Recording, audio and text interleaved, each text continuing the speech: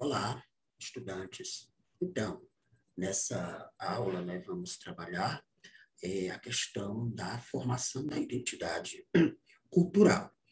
E aí a gente vai destacar vários aspectos que são importantes, né, para compreender esse processo de formação da identidade do indivíduo, a partir dos elementos da cultura, né, e como isso se é, interfere no processo de formação mesmo da diversidade existente, né, nos espaços, inclusive na escola. Pois bem, formação da identidade cultural. Bom, há um mito aí, né, da questão do discurso, que é determinante, que é fundante em uma sociedade, e que isso vai possibilitar a organização do modo de vida dos seus membros através da cultura. Então, isso é um mito que tem certa verdade, ou seja, a formação da identidade cultural, ela é formada, claro, a partir dos elementos sociais, históricos e culturais. Então, todas as pessoas que participam da sociedade possuem uma identidade cultural, a gente já sabe disso, né? Todos nós temos uma identidade específica a partir dos elementos culturais dos quais a gente está inserido, né? E esta é construída, essa identidade ela é construída através do processo de socialização, né, e das vivências nas diversas instituições sociais que nós participamos. Então, essa cultura, essa socialização, ela se dá dentro das instituições sociais das quais a gente participa, como, por exemplo, a família, né, escola, a igreja, os grupos, enfim, aí, a partir dessas relações, a gente vai construindo a nossa identidade cultural. E a identidade cultural é um processo de vivência, né? De vivências sociais que são tecidas através do compartilhamento dos patrimônios simbólicos e históricos. O que são isso, professor? São símbolos, são aquilo que tem significado para determinado grupo social, ou grupo cultural.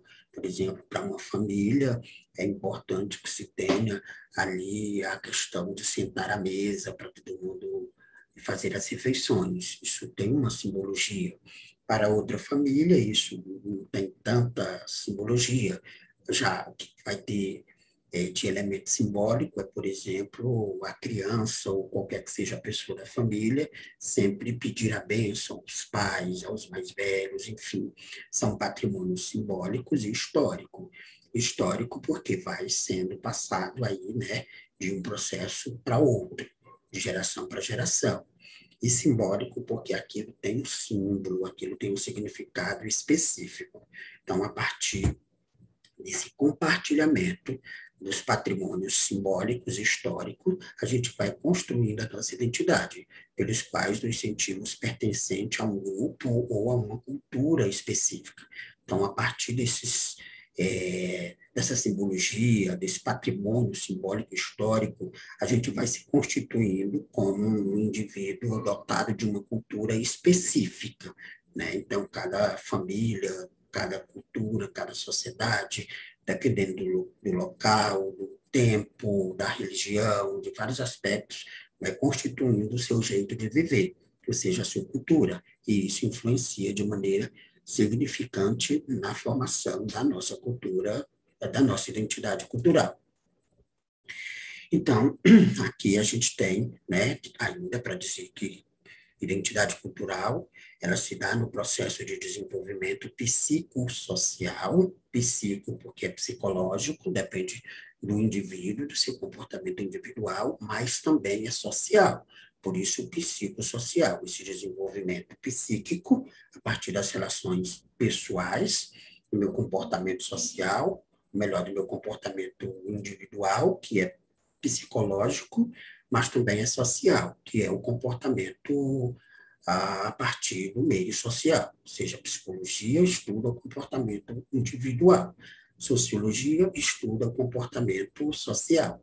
Mas esse processo da formação da cultura, da identidade cultural, ele é um processo de desenvolvimento tanto psicológico quanto social. Ou seja, cada indivíduo é socializado para interiorizar sua cultura, que aí tem um caminho a trilhar. Então, cada indivíduo vai se socializando eh, a partir daquilo que ele vai interiorizando como indivíduo e como social.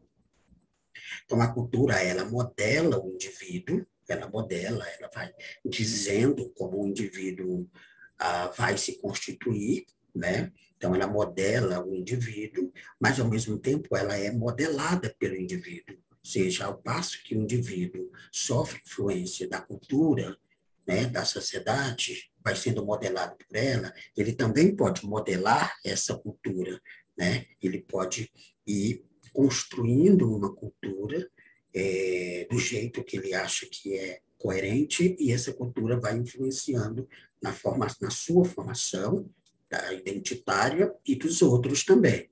Ou seja, é através da cultura que o ser humano aprende técnicas para dominar e controlar a natureza. Então, aí a gente tem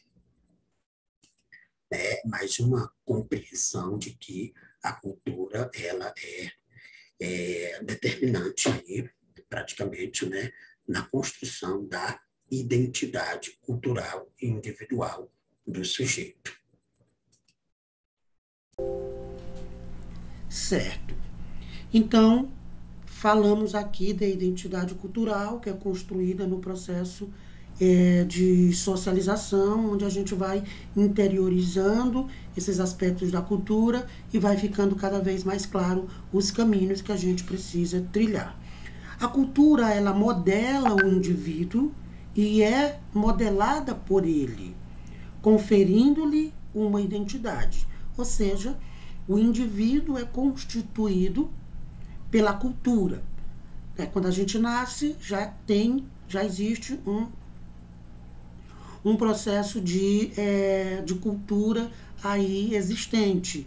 Então, a gente é influenciado, modelado por essa cultura. Ao mesmo tempo, a gente tem, né, esse poder de modelar a cultura.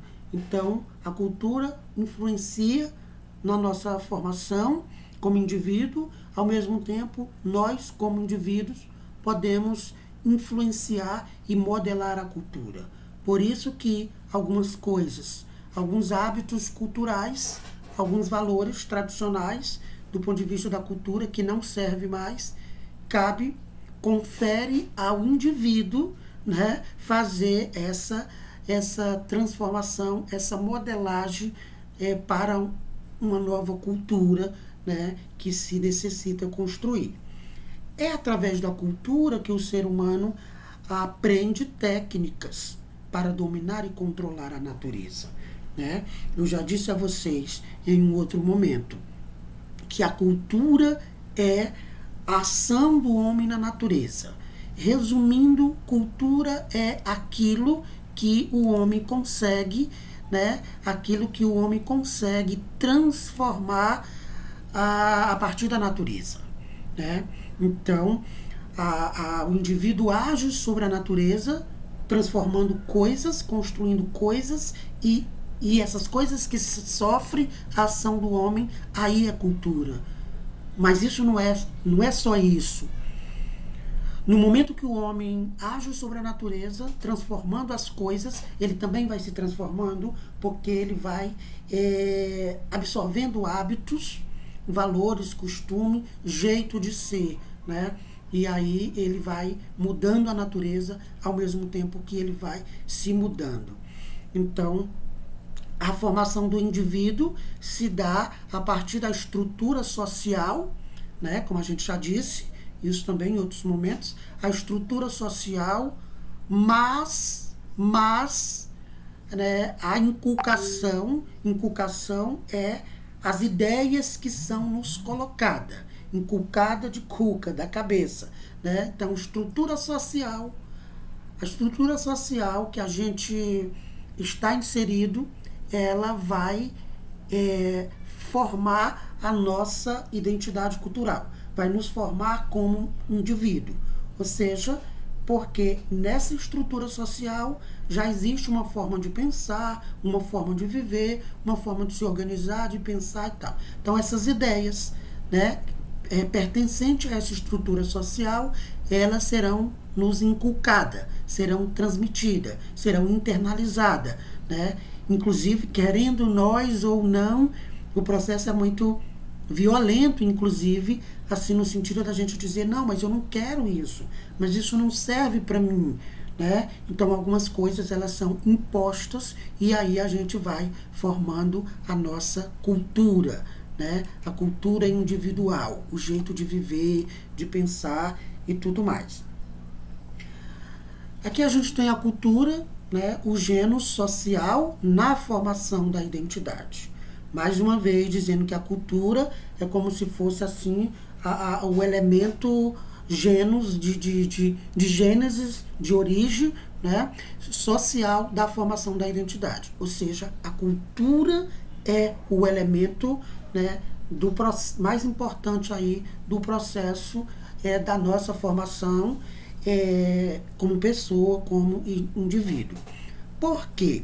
Porque a cultura aprende-se, reaprende-se, transmite-se, reproduz-se de geração em geração. Ela não está escrita no Gênesis, mas, ao contrário, no espírito, cérebro dos seres humanos. Que é isso, professor? A gente não nasce com cultura. A cultura não está no nosso Gênesis quando nascemos. Os genes da nossa formação social está na sociedade.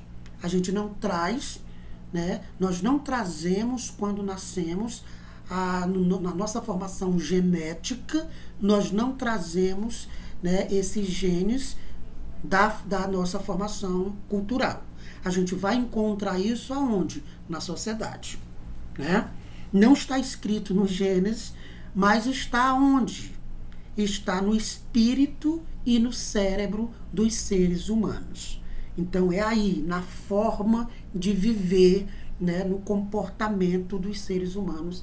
Aí está a gênese, ou seja, o gênus social da formação da nossa identidade. Ou seja, nós somos frutos de uma cultura machista, de uma cultura preconceituosa, racista, homofóbica e com todos esses vícios que a sociedade moderna nos impôs, né?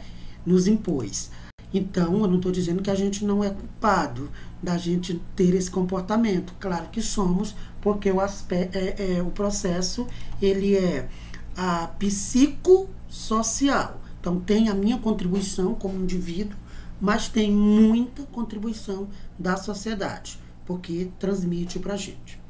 Ou seja, o Edgar Morin vai dizer assim: o gênus social conserva-se e reproduz-se numa e por uma comunidade de espírito, cérebros. Ou seja, a sociedade, né? A sociedade aí, a cultura, ela pode se reproduzir e ela pode se transformar, né? Ela pode se conservar tal como ela é e ela pode reproduzir, se transformando, dependendo aí, né, de como agem os indivíduos. Olha a frase do Edgar Morin: o gênero social conserva-se e reproduz-se numa e por uma comunidade tal. Então, ele pode, através da comunidade, do espírito, do cérebro, do jeito de viver dessa comunidade, a cultura, ela pode ser conservada e ela pode ser reproduzida e ela pode ainda, faltou ele dizer aí, né, transformada. Por quê? Lá em cima já foi dito. Porque a cultura a gente aprende, mas a gente reaprende e a gente transmite e a gente reproduz, né, de geração em geração. Então, essa é a ideia da cultura, né? Então, nesse sentido da formação. Quem produz cultura? Quem produz cultura? O gênus biológico, a atuação do gênus cultural, o processo de hominização. Então, o gênus biológico, ele não influencia no aspecto da formação da cultura. É claro que a gente, quando nasce, a gente traz, né, várias pré-determinações biológicas, genéticas e tal, para caminhar, para falar, para pensar e tal. Mas isso carece de motivação, isso carece de incentivo, isso carece de um contexto, né, cultural, social, para que isso se desenvolva. E isso vai se desenvolver em cada indivíduo de forma diferente. Então, é a atuação do gênus cultural que vai garantir o processo, né, que vai nos tornando ser humano, hominização, no processo de tornar homem, né, e mulher e todas as outras. Então, nesse sentido. Estão entendendo aí, né? Aí aqui a gente tem o poder da cultura. Sim, professor, mas essa cultura é tão poderosa assim, a ponto de nos tornar esses seres humanos tais como são. Sim. A cultura, ela expressa um conjunto de valores e costumes de um povo. Isso já sabemos. Todos esses elementos que são culturais e que são aprendidos são compartilhados através das práticas sociais. Então, mesmo que não nos diga como fazer as coisas, desde pequeno a gente vai observando, né, as práticas sociais dos outros, do pai, da mãe, do irmão, e isso vai sendo inculcado, incorporado no nosso processo de formação. Então, a gente tem, né, a cultura tem esse poder de nos constituir tais como somos, né? Então, aqui a gente tem algumas informações, né, na perspectiva de um sociólogo que a gente estuda bastante, inclusive na disciplina de sociologia, que é o Anthony Giddens. Ele vai tratar a cultura, né, a partir dos aspectos tangíveis. Aspectos tangíveis são aspectos palpáveis, né? Então, o Giddens, ele vai falar que a cultura tem aspectos palpáveis, tangíveis e aspectos intangíveis. Aspectos intangíveis são aspectos que não se pega, né? Que estão no campo abstrato. Ou seja, aspectos tangíveis são coisas concretas, aspectos intangíveis, coisas abstratas, e que fazem parte da cultura, né? E o que são os aspectos tangíveis aqui, como exemplo? Os objetos, os símbolos, a tecnologia, as coisas concretas que se pega, que fazem parte da nossa cultura. E os aspectos intangíveis, as crenças, os valores, as ideias, são coisas que não se pega. O Giddens também vai falar da cultura material e da cultura não material, né?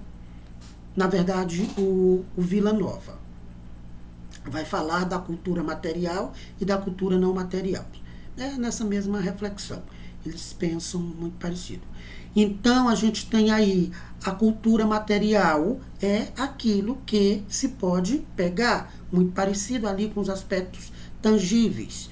E a cultura não material, aspectos intangíveis. É a mesma, né? Muda aí a nomenclatura, mas é a mesma coisa. Percebe que a setinha aqui está mudando. Mas é a mesma reflexão. Aqui a gente tem como cultura material bandeiras, carro, talheres, relógio, coisas materiais. Cultura não material, a democracia, ninguém pega a democracia, mas sabe que ela existe. Fé, amor, paz, amizade são considerados culturas não materiais ou aspectos intangíveis da cultura. E bandeira, carro, talheres, relógios, é considerado cultura material ou aspectos tangíveis da cultura, que se pode pegar, né? Que se pode pegar. Aqui a gente tem rapidamente, só para ilustrando, as intervenções culturais do homem. Eu falava agora há pouco, aqui a gente tem uma paisagem natural, né? E aqui a gente tem uma paisagem cultural. Como assim, professor? Houve a ação do homem nesse espaço e construiu vários elementos a partir da sua ação na natureza. Então, a gente pode dizer que aqui tem cultura, né, que é a ação do homem na natureza, e aqui a gente tem a natureza. Não sei se vocês lembram daquele conceito que nós trabalhamos, que aqui é a biosfera. Biosfera é esse espaço com possibilidades de vida, das mais diversas, biosfera, esfera aí, espaço, e bio, vida. E aqui a gente poderia dizer que é um espaço antroposfera, esfera aí de lugar e antrófos de homem. Então, a ação do homem, né? Aqui a gente percebe a ação do homem. E a ação do homem é cultura. Certo, gente? Aqui a gente fala um pouquinho sobre o reconhecimento da identidade cultural. Bom, com a contribuição da antropologia, que é uma área do conhecimento que estuda a formação do homem a partir do aspecto da cultura, com a contribuição da antropologia cultural, nós aprendemos que a cultura é simultaneamente criatividade e comunicação, criação coletiva e socialmente realizada através da elaboração de elementos materiais e espirituais. Ou seja, a cultura, né, ela pode ser materializada, né? A cultura, a forma de viver das pessoas, elas se transformam em coisas, elas se transformam em pensamentos, né? Em elementos materiais e espirituais. Então, nesse sentido, a gente vai reconhecendo, quando a gente vê alguma coisa, né, um objeto antigo, a gente diz, olha, isso aqui é da cultura indígena, isso aqui é da cultura maia, é da cultura asteca. Quando a gente vê algum pensamento, alguma ideia, a gente vai também relacionar com determinada cultura. Por exemplo, essa ideia de que o homem vivia no paraíso, Adão e Eva. Essa é uma ideia, né, da cultura cristã. Outras culturas não defendem esse ponto de vista. Então, assim, a cultura, ela pode ser reconhecida, né? É o reconhecimento da identidade cultural. Então, a forma como eu vivo, a forma como eu penso, a forma como viveram pessoas com cultura diferente da minha há muitos anos, pode ser reconhecida, né, a partir desse processo de expressão, de criação e de apresentação desses aspectos. Gente, vocês estão aí, estão me ouvindo? Estou com a sensação de que estou falando sozinho. Sim, estamos aqui, eu e o Matheus. Ah, bem. Não é? Aí, bem, um pouco mais.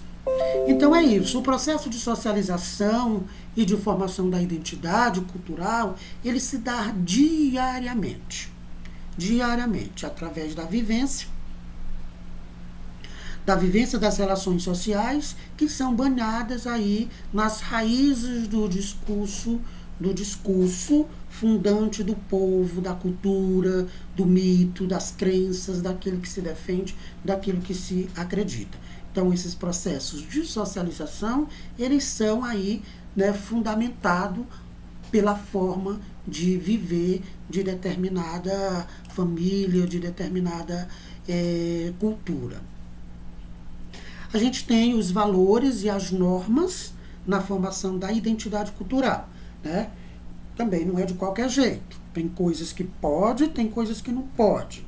Tem coisas que é boa, tem coisas que não são boas.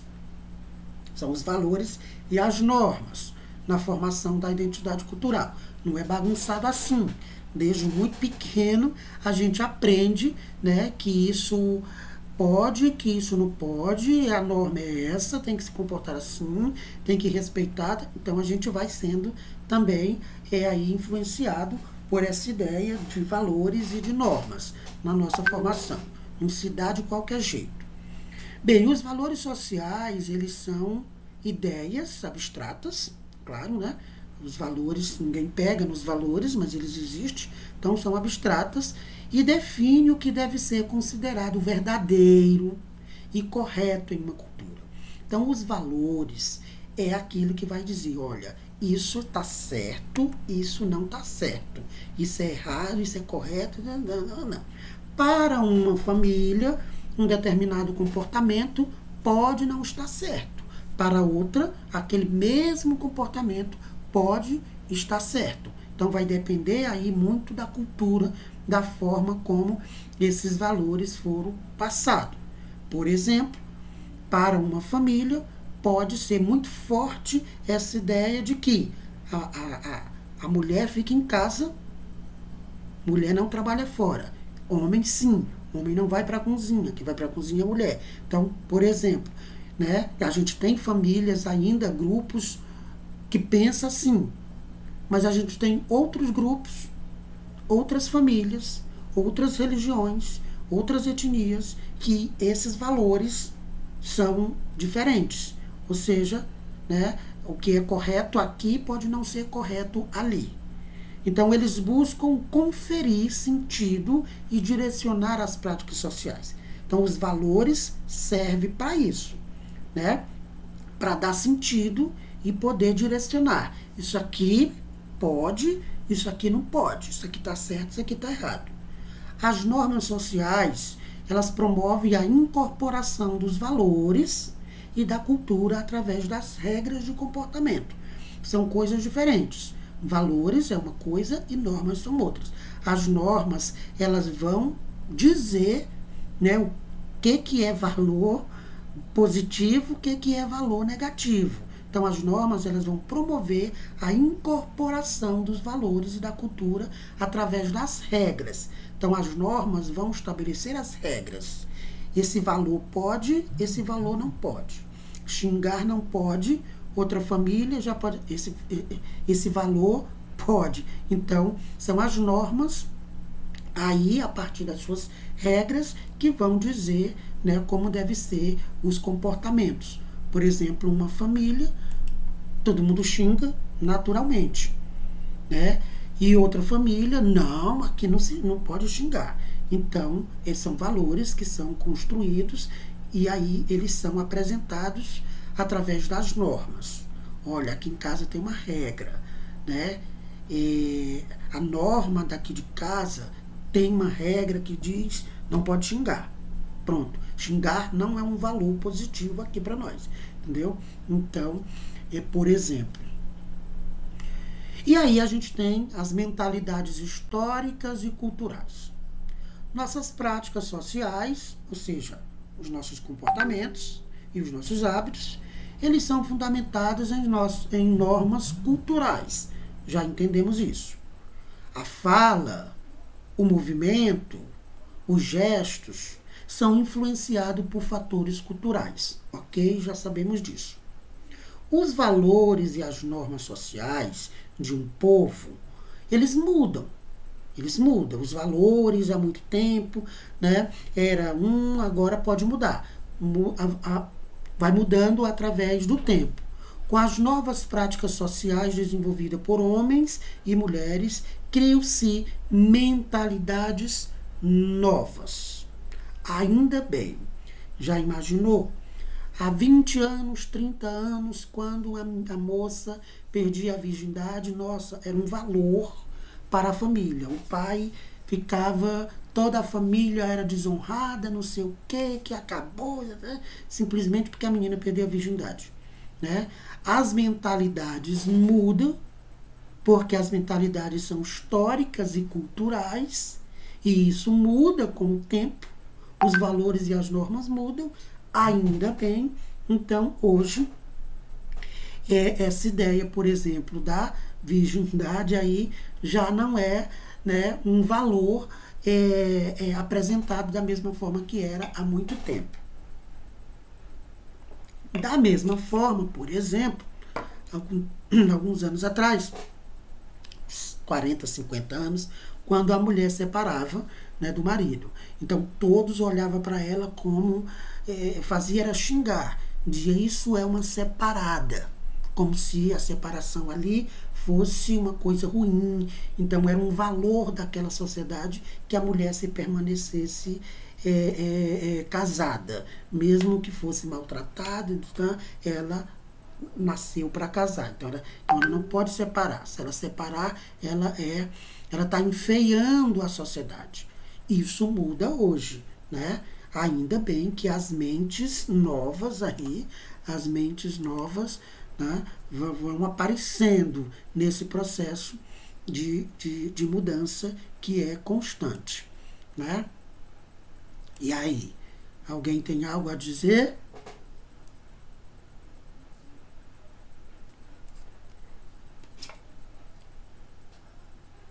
Vocês encontraram já um mundinho perfeito, não foi?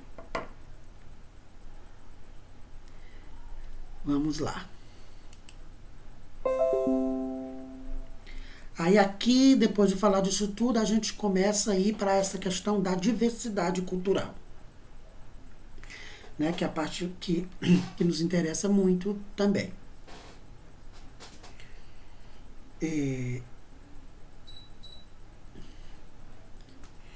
Então, os valores e as normas sociais, eles variam entre os povos e as culturas. Isso já é sabido de todos nós. Eles mudam, dependendo do lugar, do tempo, do povo. Por exemplo, existem diferenças entre costumes de povos orientais e povos ocidentais. Nós somos ocidentais. A gente tem um comportamento diferente, uma cultura diferente dos povos orientais. Numa mesma sociedade, os valores podem ser contraditórios, ou seja, dentro da mesma sociedade pode ter essa contradição. Por exemplo, em nossa sociedade, alguns grupos preferem práticas religiosas ancestrais, enquanto outros preferem práticas religiosas mais modernas. A própria Igreja Católica, né? Quem é da igreja, tem um grupo de renovação carismática, um grupo renovado, que tem práticas religiosas mais modernas, que canta, que dança, que faz ideia. Dentro da mesma cultura cristã, tem outras práticas religiosas mais antigas, mais ortodoxas, que a gente chama, né, ancestral, aí valorizando os aspectos originários da cultura. Mas as pessoas são outras, né? O momento é outro, o espaço é outro, a mente é outra. É preciso ter essa clareza de que a gente, né, vai mudando, e por causa dessa mudança é que vai aparecendo essa diversidade cultural. E aí a gente tem um conceito, uma ideia, que é a interdependência cultural. Toda cultura material, antes de existir, ela foi elaborada no campo da cultura não material. Veja essa construção, né? Essa construção, o Palácio da Alvorada, em Brasília, ela é uma cultura material. Mas antes dela se tornar uma cultura material, ela foi uma cultura não material, ou seja, era uma ideia, era um plano. Para se construir um prédio é necessário dominar técnicas, conhecimentos, estética, ou seja, cultura não material, né? Para a concretização do edifício. Então, aí o edifício é a cultura material, mas só foi possível devido a uma cultura não material. Então, há essa interdependência. Quanto mais o povo pensa, né?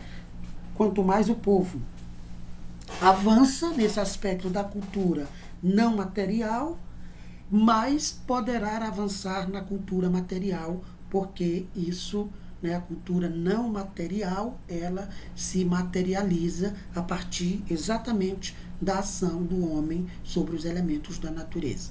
O arquiteto, na sua obra, imprime sua identidade cultural. Não sei se vocês já devem ter ouvido falar, morreu há pouco tempo, o Oscar Niemeyer. Ele é um arquiteto que ele imprimia nas suas obras a sua identidade cultural, né? Então ele influenciou muita gente. Eu acho que tem algum exemplo mais para frente.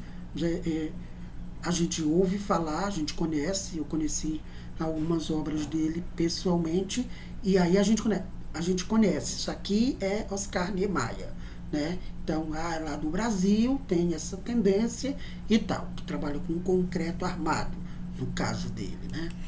Então, tem essa interdependência aí, né, da cultura material para a cultura não material. Voltemos aqui. O mito e a formação da identidade. O mito é uma narrativa sobre a origem e a formação das coisas e do mundo. A gente já sabe disso, né?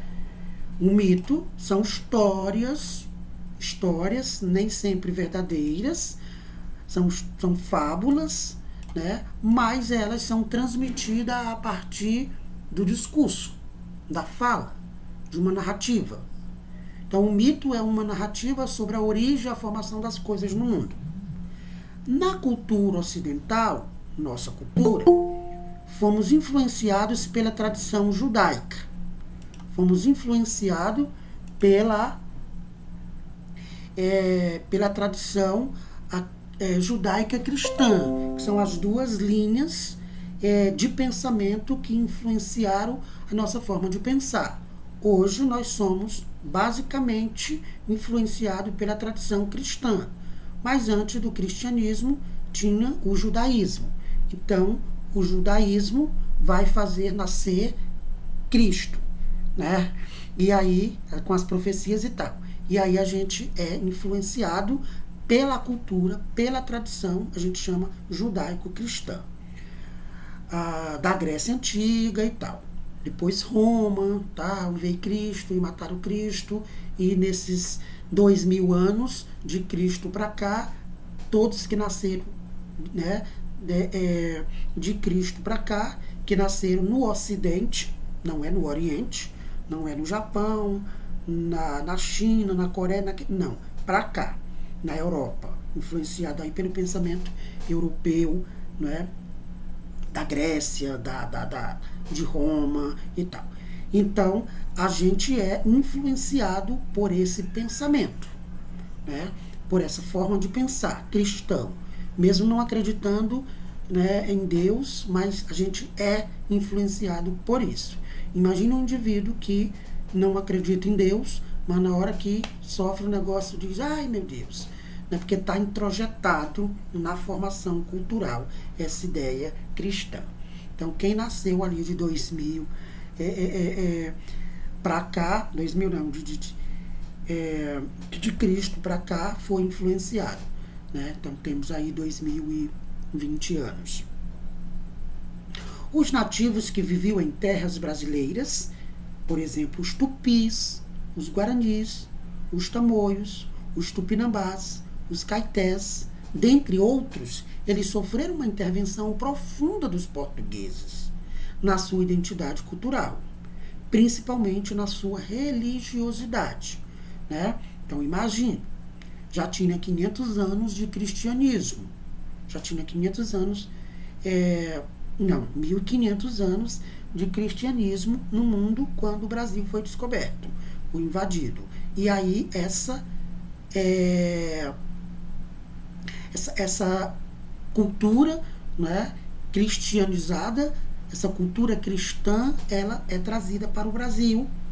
E aí aqui, né, os portugueses, que foram nitidamente influenciados pela cultura judaico-cristã, eles trazem essa cultura para o Brasil. E aí eles vão encontrar essas tribos, né, esses povos indígenas aqui.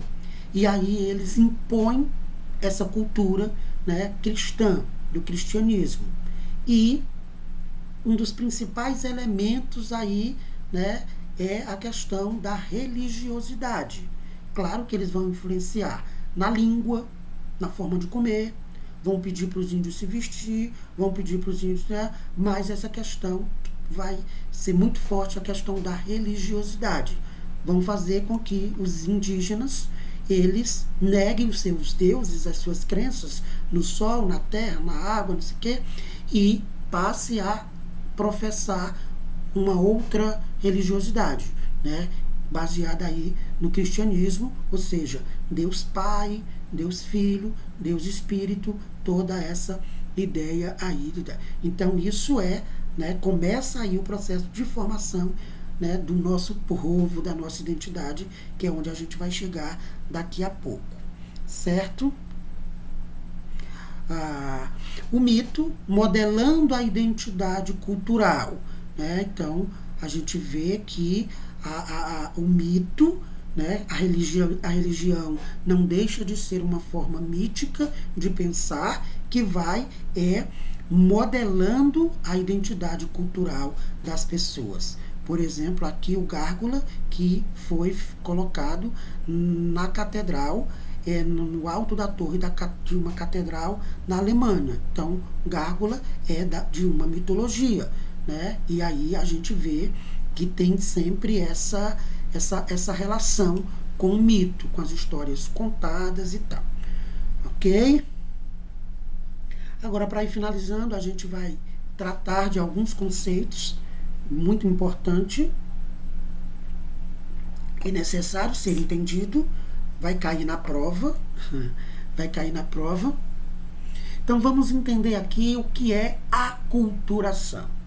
Aculturação. O A aqui antes da aculturação.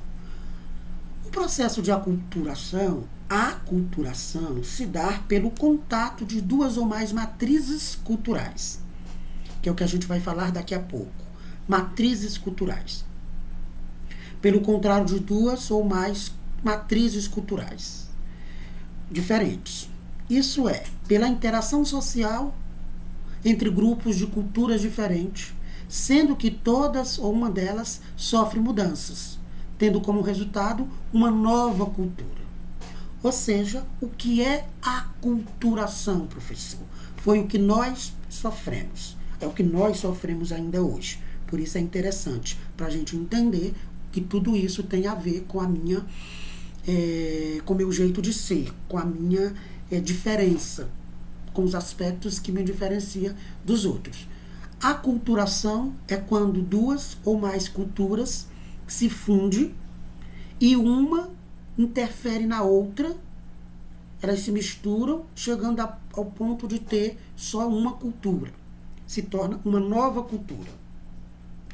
Ou seja, a aculturação, a gente entende que uma ou outra vai negar alguns dos seus aspectos. Então, a aculturação é como se fosse a ideia de negação da cultura. Porque para uma se fundir na outra, né, alguém tem que ceder. Então, essa é uma mudança diferente daquele processo que ocorre no interior de uma cultura. Fusão de culturas diferentes, mescla de povos. Exemplo, no Brasil, a fusão da cultura negra, europeia e dos povos nativos brasileiros que compõem nossa identidade cultural. Ou seja, a nossa cultura, ela é uma fusão da cultura europeia, da cultura negra e da cultura indígena. Então, o que prevaleceu aí? Então, nós fomos aculturados. Porque o que prevaleceu? Eles suprimiram a cultura indígena, suprimiram a cultura negra, africana, e prevalece mais aspectos da cultura europeia. Então, aí é o que a gente chama de um processo de aculturação, né? A fusão com suas cores, mas também suas dores e miséria. tão bem descrita no livro de Gilberto Freire, Casa Grande e Senzala. É um livro assim bem que para a gente entender a história da formação do povo brasileiro é importante e necessário ler, né? Tenho ele ali bem grandinho, Casa Grande e Senzalas, do Gilberto Freire. Então é isso, a aculturação é esse processo de fusão de culturas, onde uma vai suprimir a outra e no final vai ter, né, uma outra cultura. Entenderam? Aculturação. Enculturação, professor. Enculturação é a interiorização ou inculcação de uma cultura é como se fosse dentro. Exemplo, os nativos brasileiros, os índios, eles ainda são obrigados a aprender a língua portuguesa, imposta como um idioma oficial. Isso é enculturação, quando uma cultura é obrigada a engolir, né, a interiorizar, a inculcar uma outra cultura. A gente ainda hoje, nós fomos enculturados, né, pela cultura europeia, e hoje a gente é pela cultura americana, porque nas escolas nós somos obrigados a aprender o inglês, por exemplo, como segunda língua oficial. Eu não quero, mas é obrigado. A gente é obrigado a comer, por exemplo, a comida que os Estados Unidos nos oferece, né? A partir aí de todos essas multinacionais, esses hambúrguer, né? Como é que chama esses hambúrgueres que vêm, né, empacotado, a própria Coca-Cola, enfim, esses produtos que são dos Estados Unidos, e eles nos impõem, e aí a gente vai, né, interiorizando, inculcando essa cultura, ouvindo os filmes deles, ouvindo as músicas deles, falando a língua deles, comendo a cultura deles, pensando como eles. Então, esse é um processo de enculturação, quando a gente faz isso de forma espontânea, pode ser também espontânea, mas pode ser também de forma imposta. É o que acontece, né, em relação aos Estados Unidos com os países onde ele domina, inclusive nós. Vocês concordam com isso?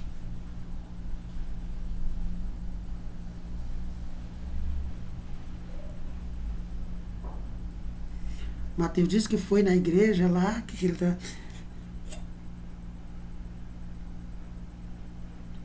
O que o Mateus está dizendo da igreja, Luane?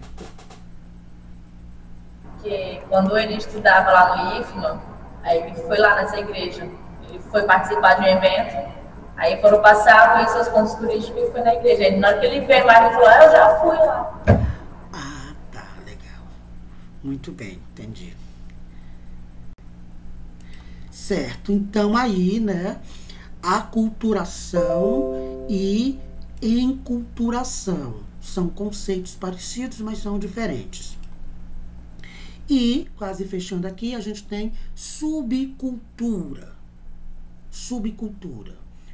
Caracterizado como grupos sociais específicos, seja por faixa etária ou categorias profissionais ou grupo religioso.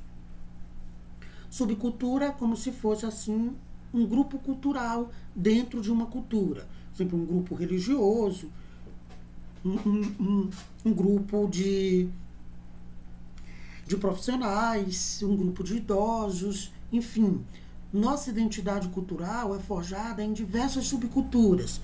Então, por exemplo, os professores têm uma cultura própria, né? Aí a gente não vai dizer que é uma cultura, a gente vai dizer que é uma subcultura, né? Subcultura, os professores geralmente falam assim, se comportam assim, né? Um grupo religioso, né, tem uma subcultura que se comporta assim, né?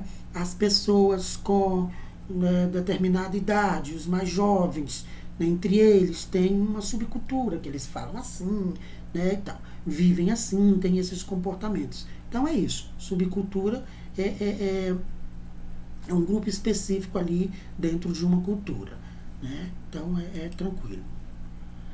Aqui a gente já entendeu bastante, que eu falei na aula passada sobre o etnocentrismo, né?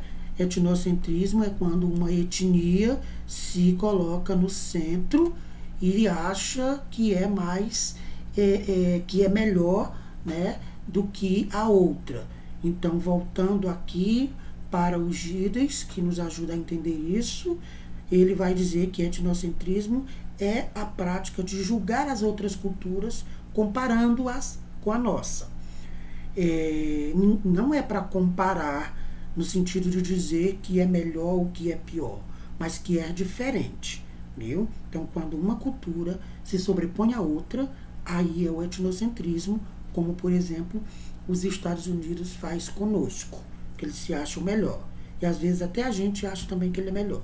Ao mesmo tempo, nós achamos que os indígenas são inferiores a nós, porque nós somos homens brancos e tal. Depois nós vamos desconstruir essa ideia. Então, para combater o etnocentrismo, o papel do sociólogo é evitar respostas automáticas e examinar questões complexas cuidadosamente a partir de tantos ângulos diferentes quanto possível. Ou seja, não aceitar respostas prontas, né? É preciso analisar de forma delicada a partir de que lugar você está falando, né? E aí estabelecer as diferenças sem ser no sentido de menosprezar. Então aqui a gente tem o etnocentrismo ainda, está falando, né, um pouco mais, a gente já aprofundou bastante no etnocentrismo, né? Aqui nós falamos naquele outro dia também, quando uma ideia, né, uma cultura se torna grande e ela se sobrepõe à outra, é quando o etnocentrismo leva à deformação na formação da identidade cultural. Por exemplo, né, essa aqui, um preconceito dizendo que a homossexual é imoral, né, ou seja, é homofobia. Então, homem hétero que acha que é melhor do que o homossexual, aí é entendido como também um etnocentrismo chamado de homofobia. Ninguém é melhor do que o outro só pela questão da opção sexual. O nazismo, né, que a gente falou naquele dia, o nazismo é um etnocentrismo ligado à questão da raça, então é um etnocentrismo ligado ao racismo, né, o racismo, e aí o nazismo, que foi uma forma de dominação ali do Hitler e tal. Para a gente fechar, só esse mesmo, é o último, a identidade cultural na pós-modernidade. Hoje temos oportunidades sem precedentes de moldar a nós mesmos e de criar nossas próprias identidades. Hoje é uma confusão, é muita coisa, a gente tem inúmeras oportunidades de ir se construindo, né, de construindo a nossa identidade. Somos nosso melhor recurso para definir o que somos. Acho isso muito interessante. Somos nosso melhor recurso para definir o que somos, de onde viemos e para onde vamos. O mundo moderno, ele força a que encontremos a nós mesmos, né? Ou seja, a atualidade que vivemos é bastante conflituosa. E nesses conflitos, a gente é colocado numa postura que a gente precisa o tempo inteiro estar nos encontrando nós mesmos, percebendo quem somos nós, né? Quem sou eu, afinal de contas. Então, quando a gente pensa que nós somos, né, ninguém melhor do que eu para definir quem sou eu, de onde é que viemos e para onde é que vamos. Então, isso na sociedade contemporânea tem ficado mais evidente. Por quê? Porque tem aparecido muitos sujeitos, tem aparecido muitos modelos, vamos dizer assim, porque a sociedade atual, ela propõe, né, sem precedentes, ou seja, sem limites, várias formas do indivíduo se moldar, do indivíduo se construir. Então, a gente tem indivíduos, sujeitos humanos, das mais diversas, né, possibilidades aí. E tem os hippies, e tem aqueles que usam cabelão, tem aqueles que usam roupona, tem aquele... É gente de todo jeito, né? E aí, nessa diversidade que a gente vive, esse mundo moderno vai nos forçando a gente pensar sobre, no meio de tudo isso, quem sou eu? E nisso a gente vai se encontrando. Por meio de nossa capacidade como seres humanos, autoconscientes, constantemente criamos e recriamos nossa identidade, né? Acho isso bastante interessante também. Veja, né? Então, nós temos uma capacidade que a gente já sabe, né? Que é extraordinário, porque somos humanos. E nesse processo nós somos autoconscientes, ou seja, nós temos consciência da nossa existência e da constituição da nossa identidade.